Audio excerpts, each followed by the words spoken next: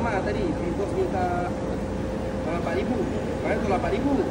Mana kalau tadi bos minta lagi 1,000 baru 35.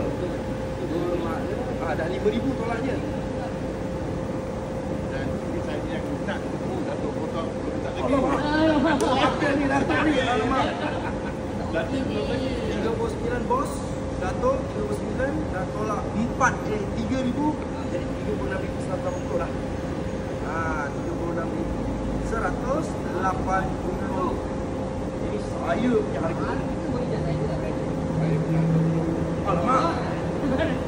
Alamak. Berapa harga Datuk ni?